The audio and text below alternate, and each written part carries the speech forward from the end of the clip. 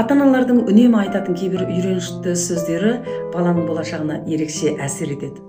Баламен жақсы тіл табыса алсаңыз, бір-бірлеріңізге деген сүйіспеншіліктеріңіз анағұрлым тереңдейді.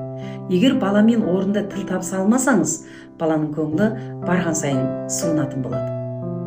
Баланың ата-анасынан естігісі келмейтін сөздері мыналар. Сені жақсы болсын дегенім, саған ертеде-ақ айтып едім ғой. Бұндай ұсақ-түйек шаруаға бола несіне жылайсың? Қарашы, басқалардың үйренуі қандай керемет. Сен қалайша өстіп қалғансың? Ата-аналар әр жолы баланың көңілін ауыртатын сөздерді айтып жатқанда, қарамаққа баласын жақсы болсын деп тәрбиелеп жатқандай сезіледі. Іс жүзінде бұл сөздер баланы жалықтырады. Сондай-ақ балаларда бірте-бірте қарсылық көрсететін психика қалыптасады. Орнымен сөйлеуді үйрену ата-ананың үйренуге тиісті сабағы.